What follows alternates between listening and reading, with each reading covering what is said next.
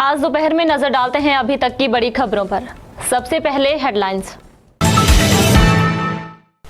Bangladesh team का मुख्य लक्ष्य वर्ल्ड कप सेमीफाइनल में पहुंचना। सुनिए क्या कह रहे कोच हथरो सिंघा। कांगड़ा मंदिर बाजार से हटाया अतिक्रमण, प्रशासनिक टीम ने जब्त किया सड़क पर सजा सामान। कुल्लू में राष्ट्रीय देवभूमि पार्टी व देवभूमि क्षत्रिय संगठन एवं स्वर्ण मोर्चा की अन्न त्याग यात्रा।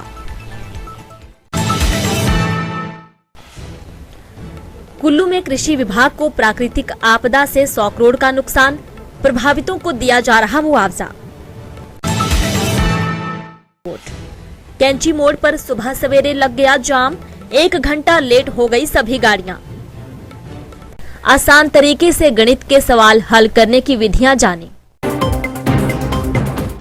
और अब खबरें विस्तार से। आईसीसी वर्ल्ड कप के एचपीसीए के धर्मशाला स्टेडियम में 7 अक्टूबर शनिवार को बांग्लादेश अफगानिस्तान के बीच मुकाबला होगा। मैच से पूर्व प्रेस वार्ता करते हुए बांग्लादेश टीम के मुख्य कोच चंडिका हथरू सिंघा ने कहा कि हमारे पास हर क्षेत्र के अच्छे ऑप्शन हैं जिन्हें आप खेलते हुए देख सकते हैं। भी वर्ल्ड कप जीतने के लिए आए हैं। हमारा पहला लक्ष्य सेमीफाइनल में पहुंचने का रखा है। मुख्य कोच ने कहा कि वनडे क्रिकेट के लिए धर्मशाला एक बहुत अच्छी विकेट है। यहां बड़ा स्कोर बनने की उम्मीद है। शनिवार को हमारी टीम भी अच्छा खेल खेलने के लिए उतरेगी। अंडर 19 वर्ल्ड कप के बांग्लादेश टीम विनर के 4 के करीब खिलाड़ी वर्ल्ड कप टीम में शामिल हैं, जिसका हमें लाभ मिलेगा। But again, Mira has batted beautifully against Afghanistan in the Asia Cup. So, Liran is obviously there. So, what's the opening combo you're thinking about? Yeah, we have a few options as you rightly mentioned. We are in a better place to make that decision tomorrow morning. So you will see tomorrow who will work out if you bat first and if you bat second, and who will work out together. Chandika, what do you make of the balance in the squad that you've got, and what do you think is the realistic expectations from a tournament like the World Cup for Bangladesh? Yeah, we all want to win the World Cup, but as you rightly asked me, realistic is that if we win 4 or 5 games, we give ourselves a chance to get into the semi-final or the knockout stage. That's our first aim. I mean, to do that, I think we have a good enough team to do that. Our first aim is to get into the semi-final stage.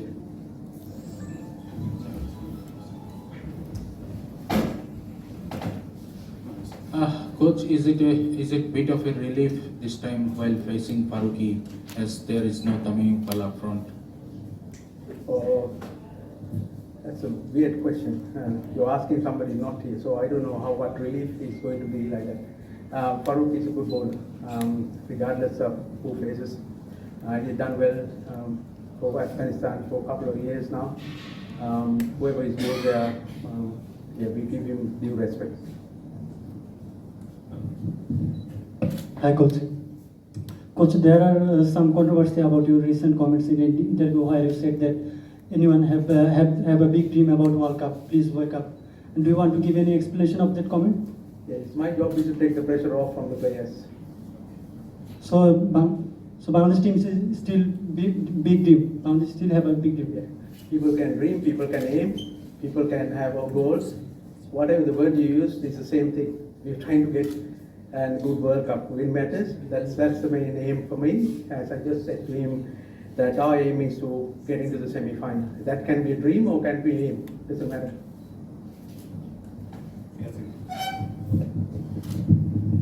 Hi coach. You must see the wicket. What is your assessment on this wicket, and what will be the ideal combination?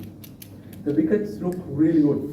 For one-day cricket, I thought a very firm wicket, nice covering of grass. I think it will be a really good sporting wicket. Expected some high scoring on this ground. The combination we will decide tomorrow morning and see the wicket again, because curator said that he will still do a little bit of work today as well. Usage of slower bowlers as opposed to bringing fast bowlers in the fray early on was sort of beneficial towards the end. Even Mustafizur Rahman was held off towards the end. So, how are you looking to utilize them, given that the conditions in India are going to be conducive for slower bowlers more so? Yeah, it depends on the surface, to be honest, and the way the game is going to expand. We will use tactically our bowling resources. Sometime we might come with a plan against the opposition and the condition what we see before the game. Then after that, it's up to the captains to use his bowling resources. Last two questions.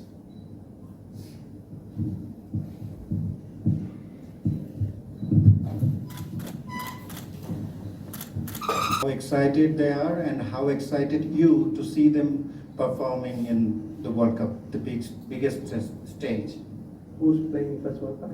Tanjid Hassan Tamim, Tanjim Hassan Saqib, Tawhid Rida, Shariful Islam. Oh, yeah. The World Cup winning, the under-19 World Cup winning players. Yeah, we have, I think, 4, if I'm not mistaken, 4 or 5 players from that World Cup. So they will bring so much positivity to the group because they have done it in the past and a lot of energy. And I'm really excited for the whole team and even for my staff because the World Cup for everybody is every 4 years and this is one of the biggest events in ICC calendar. We all have high hopes and wanted to enjoy. Hi sir, very few Bangladesh supporters could reach Dharamshala by now for whatever reasons, and we know how passionate they are in the stadium in supporting their team. So will your team miss the crowd support here? We love to have the crowd support, but that's what it is. It is a long way to come over here, and it's a beautiful place to come. Anyone fortunate enough to come over here, it is one of the picturesque venues in world cricket. So they will miss that opportunity, but whoever comes will have a good time.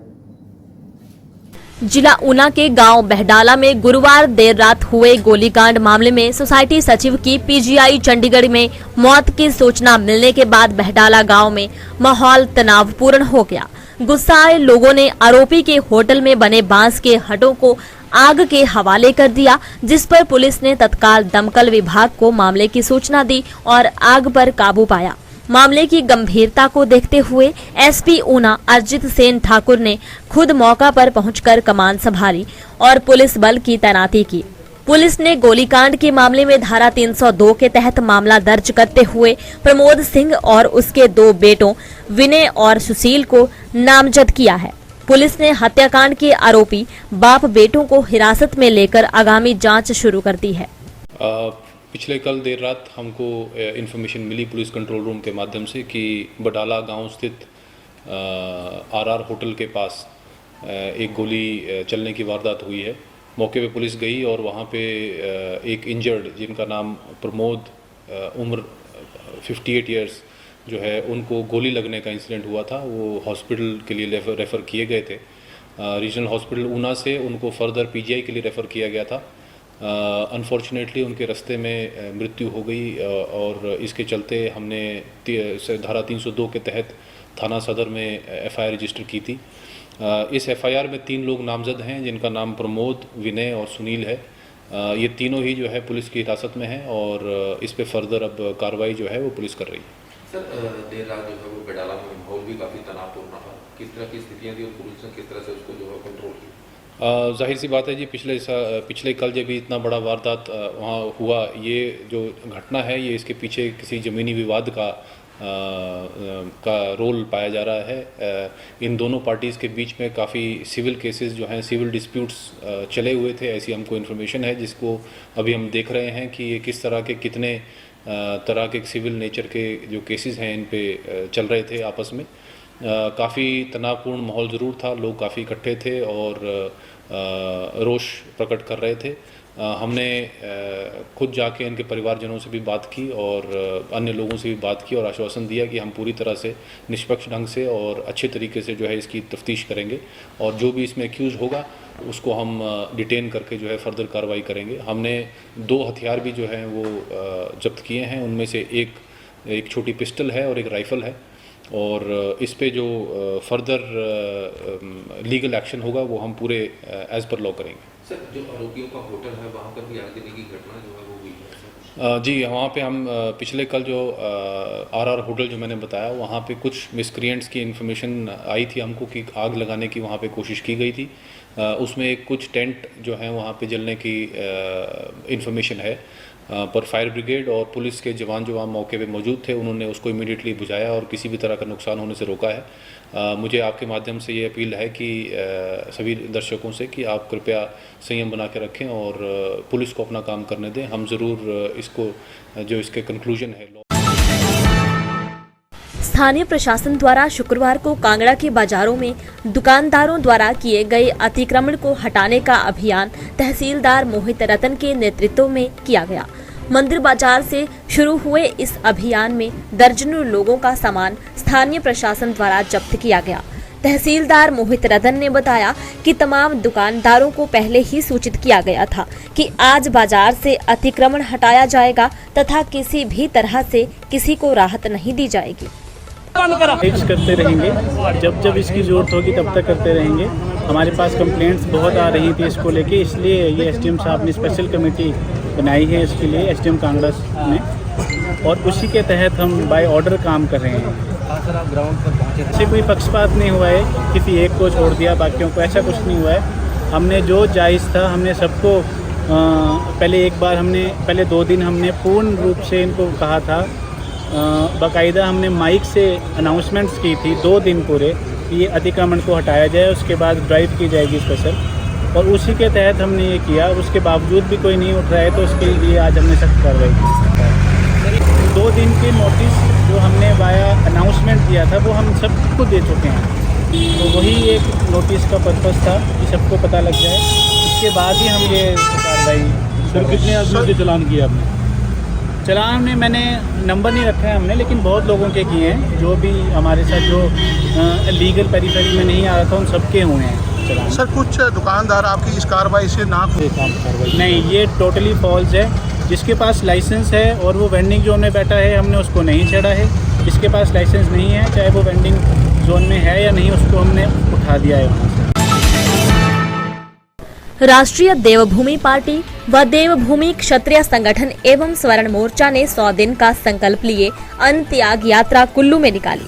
इस यात्रा में मुख्य तौर पर राष्ट्रीय देवभूमि party के राष्ट्रीय अध्यक्ष रुमित सिंह ठाकुर व अन्य पदाधिकारी मौजूद रहे। पिछले 41 दिनों से चल रही यात्रा ने आज जिला कुल्लू में प्रवेश किया। यात्रा ढालपुर नजदीकी कॉलेज गेट से आरंभ हुई। बेरोजगारी, महंगाई सहित अन्य कई मुद्दों को लेकर यह यात्रा निकाली गई। इस दौरान रुमित ठाकुर ने वर्तमान सरकार पर भी खूब तंज कसे, वहीं पूर्व जयराम सरकार पर भी कई आरोप लगाए। प्रमुखता के साथ मैं रखना चाहता हूँ कि सरकार होती है, और अगर सरकार जनता के पास रोने लग जाएगी तो जनता किसके पास रोएगी? अगर सरकार चिल्लाने लग जाएगी कि हमारे पास आर्थिक तंगी है, हमारे पास पैसे नहीं है, हम आपको कुछ दे नहीं सकते, कोई सरकार के पास कोई अपने लिए कुछ मांगने के लिए जाता है तो उसको बोल दिया जाता है कि हम खाली हैं। अरे भाई, अगर सरकार खाली होगी तो जनता क्या होगा?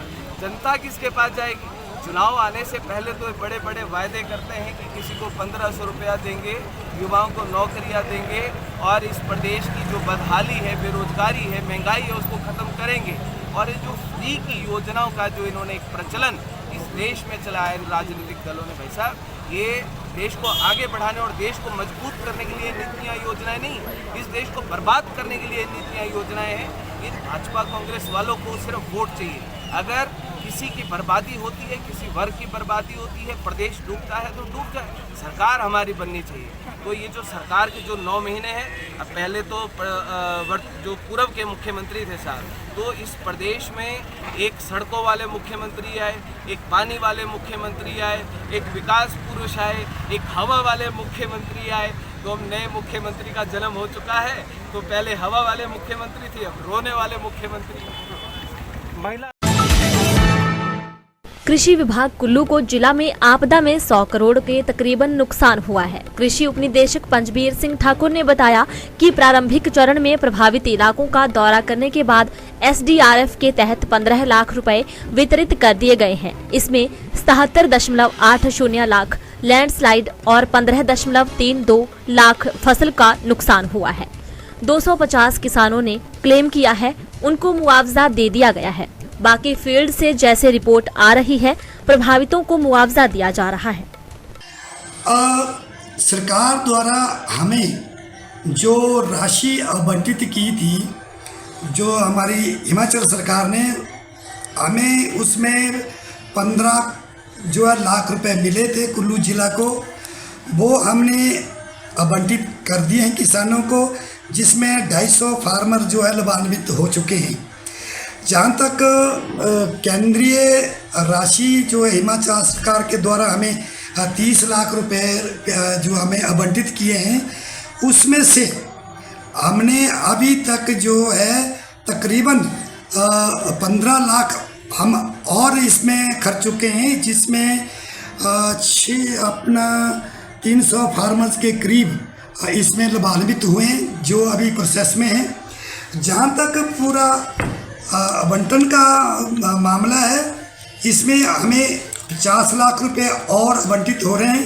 जो किसानों जो हमसे छूट गए हैं, वो अपने जो कंसर्न ब्लॉक है वहाँ जाके अपने जो एप्लीकेशन है, अपना जो आवेदन है, वो वहाँ पर सबमिट करें, वहाँ पर जमा कराएं, ताकि जो पैसा अभी हमारे पास और आया हुआ है, जिससे कि ज़्यादा से ज़्यादा फार्मर जो है इससे लाभान्वित हो सके। सर, कितना नुकसान का आंकलन लग चुका है जिला कुल्लू में विभाग को? अब तक कुल्लू जिला में जो नुकसान हुआ है वो कृषि विभाग का वो है 93.12 करोड़ का नुकसान हो चुका है, जिसका हम इसका आंकलन कर चुके हैं। सरकार को हमने इसकी प्रतिलिपि दे चुके हैं और इनकी इन्फॉर्मेशन हम सरकार को दे चुके हैं। अभी तक जहाँ तक हमें मालूम है कि कुल्लू को 1 करोड़ के करीब पैसा आवंटित होना है, वो जल्द ही राशि सरकार हमें दे देगी, ताकि कि हम हर किसान जिनका भी नुकसान हुआ है वो आवेदन करें और लाभान्वित हो जाए। सर, इसमें नुकसान किस तरह है? कृषि योग्य भूमि का कैसे है या दूसरा किस तरह से है? कृषि योग्य भूमि का जो लैंडस्लाइड है या कोई सिल्टिंग हुई है, उसमें 17.80 लाख का जो है कुल्लू जिला में नुकसान हुआ है। और जहाँ तक क्रॉप्स का है, जो फसलों का, वो 15.32 जो करोड़ का जो नुकसान हुआ है, वो हमारे जिला कुल्लू में क्रॉप्स का जो है फसलों का नुकसान हुआ है। Thanks sir.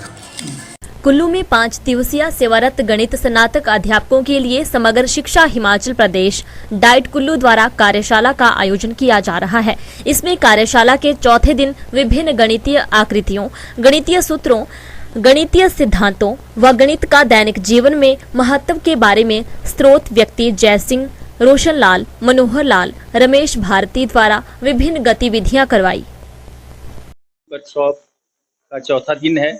यहाँ पर हमारे पास मैथमेटिक्स के लिए 43 टीचर्स हैं, जिनको हम गतिविधि के माध्यम से सिखा रहे हैं कि कैसे कैसे क्लासरूम में जाकर के हम लोगों ने गतिविधियाँ करनी है, ताकि बच्चों का जो मैथ के प्रति एक डर है, उस डर को दूर करने के लिए हम लोगों ने विभिन्न प्रकार की गतिविधियाँ तैयार की है। और इसके लिए सभी यहाँ पर जो अध्यापक साथी हैं बहुत ही इंटरेस्ट के साथ काम कर रहे हैं। और मैं चाहता हूँ, मुझे लगता है कि आने वाले टाइम में यहाँ से बच्चों को बहुत ज़्यादा नॉलेज मिलेगा, ज्ञान प्राप्त करेंगे और बच्चों की अंडरस्टैंडिंग लेवल भी इसमें बहुत ज़्यादा बढ़ेगा, ऐसी मैं आशा करता हूँ। शुक्रवार की सुबह कैंची मोड़ लंबे जाम की भेंट चढ़ गया। हर रोज की तरह आज भी चंडीगढ़ मनाली राष्ट्रीय राजमार्ग पर पंडोह के टूटे कैंची मोड़ से सुबह 5 बजे वाहनों को छोड़ा गया। इससे पहले पंडोह से कुल्लू की ओर वाहन छोड़े गए, मगर कुल्लू से मंडी के लिए वाहनों की लंबी कतारें और बेतरतीब पार्क वाहनों के कारण 7:15 बजे तक ये वाहन जाम में फंसे रहे। इससे कई गाड़ियां लगभग 1 घंटा लेट हो गई। वहीं अपने निजी कार्यों के लिए सुबह यात्रा करने वालों की दिनचर्या बाधित हुई।